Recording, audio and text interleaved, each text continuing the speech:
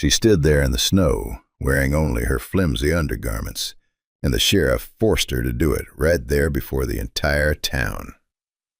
People in Laramie would whisper about that Christmas morning for years to come. The sun peeked out just enough to glint across the icy earth, but the chill was like a blade slicing right through to the marrow. And there, smack in the center of the street, was Lily Hart, barefoot on the snow, trembling so fiercely her teeth chattered like loose pebbles. Her coat had been torn from her shoulders, her dress yanked apart at the front, her flesh paling to the hue of faded parchment. Most of the men in town averted their gazes. Some acted as if they saw nothing at all. Folks in Laramie had learned the bitter lesson of staying silent. 3 men who'd once defied the sheriff had vanished without a whisper, and nobody ever dared inquire about their fate. But everyone caught the sheriff's bellows at her. Wade Colton, roaring for her to shed one garment after another while he charged her with pilfering the church funds. His words boomed across the square, coarse and booming, as if he savored every instant of her humiliation. Lily tried to fold her arms over her chest, but one of his deputies wrenched them apart. Snowflakes kissed her skin, melting like little scalds. And the cruelest part? The hush. That heavy, telling quiet that screams, no one's coming to help. No one's willing to challenge the badge. A young woman exposed half naked in the winter freeze, and not a single soul bold enough to draw her from it. Well, almost no one. Caleb Ward had been securing his horse by the ancient cottonwood when the yells reached him. 49 years old, with a grizzled gray beard, hands calloused like weathered timber. A fellow who seemed to have endured 3 lifetimes on the wild frontier. He pivoted at the break in Lily's voice, and that raw edge halted his breath for a beat. He approached, deliberate and unhurried, like a man weighing a choice with no retreat. And what met his eyes struck deeper than any blizzard. Lily quivered there, her bare soles grinding into the snow, her exhales ghostly wisps, her gaze brimming with dread. She appeared as one who'd surrendered too much already to forfeit this too. Caleb locked stares with the sheriff. No speech, just the steely gaze of elders who've wearied of witnessing wrongs unfold in the shadows. Then he slipped free of his thick trail duster and draped it over Lily's frame before Colton could utter a syllable. The whole avenue went still. Colton's features contorted in fury. The townsfolk gawked as if eyeing a lit fuse creeping toward powder. Lily dipped her head into the coat's folds, quaking, clinging to the scraps of pride she still owned. Caleb planted himself at her side, chin clenched, boots rooted deep in the drifts, as if inviting any fool to attempt stripping it away again. But here's the secret most never grasped. Rescuing the woman? That was the simple bit. What followed would plunge Caleb into the bleakest peril of his days and compel Lily to confront the buried secret she'd evaded for years. So, here's the puzzle.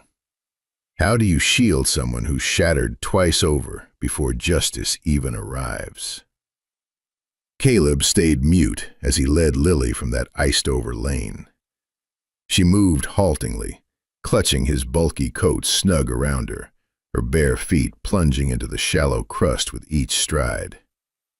The onlookers watched, yearning to aid, yet paralyzed by the gleam of Sheriff Colton's star. And perhaps that instant etched a harsh truth into Lily. Dread governed this place more than any statute.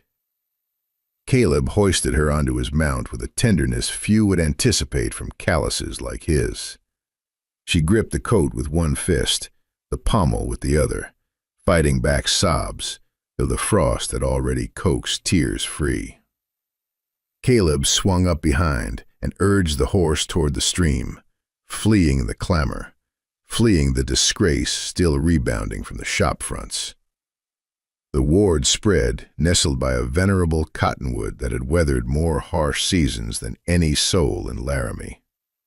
Snow blanketed the soil, yet the midday light bathed all in a gentle amber glow, the sort that lingers just ere twilight in the peaks. Caleb eased Lily down and braced her as her legs gave way. She murmured regrets beneath her breath, but he dismissed it with a shake of his head. He assured her there was no fault in her. Within the snug stable's warmth, Lily at last drew a full breath. Caleb kindled a blaze in the compact heater and fetched woolen stockings from his stores. She paused, cheeks flushing with unease, but he retreated politely and murmured she could proceed at her leisure. For the first time that day, safety eased the tension from her frame. When she found her voice, it splintered like aged timber under strain. She insisted she'd taken nothing, and Caleb replied he believed her outright. He observed that no honest lawman strips a woman in the drifts unless he's concealing rot. And there, a flicker of optimism, the first in months, perhaps ages. Caleb ladled steaming water from the pot and inquired if she had allies in town to vouch for her. Lily dropped her gaze and denied it with a tilt of her head.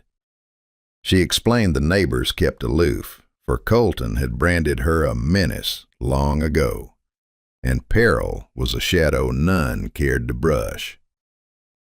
Caleb eased into his seat, pondering deeply. His features hardened, the mark of vows etched in stone. He declared he'd probe Colton personally. Lily stilled for a heartbeat. She'd witnessed challengers to the sheriff before. None prevailed. Yet Caleb struck her as one who'd outlasted tempests enough to scorn a tarnished shield. What escaped her then? Caleb stood on the brink of unearthing a foulness beyond her nightmares. And once revealed, retreat would elude them both. So the riddle lingers. What shadow did Sheriff Colton cloak so fiercely he'd degrade a woman in the snow to entomb it? Caleb launched his probe across the ensuing days, venturing to town at dawn and trudging home past nightfall. He was the sort who measured his speech, but when foul play stirred, he acted swift. Lily lingered at the ranch, rubbing warmth into her palms by the modest stove, swathed in his vast coat like her sole bulwark against the void. Each groan of the door in the gusts made her startle, dreading Colton's return to conclude his cruelty. Caleb vowed her sanctuary, yet terror clings tighter than any gale's bite. Caleb rode direct to town. He paused first. Caleb grazed her arm and soothed that dread held no sway over them henceforth. And she trusted, sufficiently to hold her stance. By the itinerant judge's arrival for his seasonal docket, the chamber brimmed with half the hamlet. A federal peacekeeper trailed him, primed to quell if passions flared. Gentlemen hunched forward, ladies pressed wraps to their bosoms. All murmured as if sensing a dam on the verge of rupture. Sheriff Colton entered final, his spurs striking the boards with that crisp ring tyrants employ to assert dominion. He flashed Lily a sly smirk, the sort implying triumph sealed. Caleb marked it, his mandible locking. He settled so near, she sensed his even rhythm. It anchored her. The judge opened proceedings in that weary federal monotone, but embers kindled swiftly. Caleb rose foremost, unveiling his harvest, the pilfered alms, the bolted coffer, the opulent repeater eclipsing any lawman's purse. The covert conclaves nigh the sidings, every thread, every tear in the weave. The tavern hushed. So profoundly you heard the hearths crackle beyond the counter. Then arose the unforeseen. Lily advanced unaided. Her tone was gentle yet resolute as she addressed the bench and the lawman, detailing that Yuletide dawn, how Colton compelled her disrobing for all eyes, how he rifled her as chattel, how he wielded mortification as a lash. Certain dames in the assembly veiled their lips. Some gents bowed their heads. Colton sought to interject, but the peacekeeper quelled him sharp. Then the emporium's keeper attested to the coin. The minister voiced the key's monopoly. Link by link, reality swelled like thunderheads, poised to deluge the sheriff. Colton's visage drained from conceit to ashen. He grasped his peril. Yet he wasn't one to yield meekly, and his retort would hurl the hall into tumult. So, the query, what extremes might a frantic sheriff embrace when deceit traps him amid the masses? The instant Sheriff Colton divined the chamber's revolt, a feral glint sparked in his stare. He lunged for the sidearm at his belt. Cornered and frantic, as the vicious oft turn when honesty hounds them home. But swiftness eluded him. The federal marshal had unholstered, and the revolver's cocking echoed like ice fracturing the air. Colton faltered, then raised his palms languidly. Thus Laramie's dread scourge bared himself to all. Not law's guardian, not chieftain, but deceiver wielding might to crush the blameless. The marshal bade 2 aides to bind him as they hauled him past the swing doors. The assemblage yielded like waters parting round driftwood. No hurrahs, no clamor, merely profound ease. The balm that roots when equity banishes terror.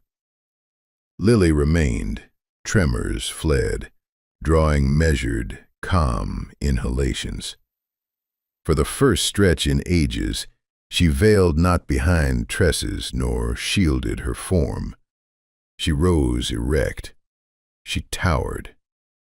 Caleb drew abreast and inclined his head, as if cognizant she'd seized back more than repute. She'd seized her essence. Tidings raced the Wyoming expanse by gloaming. The sheriff who'd shamed a maiden on the holy morn now languished in Cheyenne's iron cells, trial pending. 2 reticent spirits discerning that mending springs not from erasure, but election of self anew. When vernal thaw arrived at last, the hoary cottonwood by the stead scattered petals like benign flurries.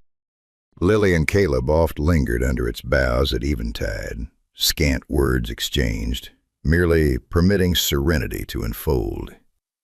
At times, restoration craves naught but respite from the globe's barbs. Here's the wisdom Lily imparts to most. Life may grind you low till rising seems a myth, yet fortitude waits not to be bestowed. 'Tis chosen, and valor ignites the instant you claim your worth, heedless of past persuasions.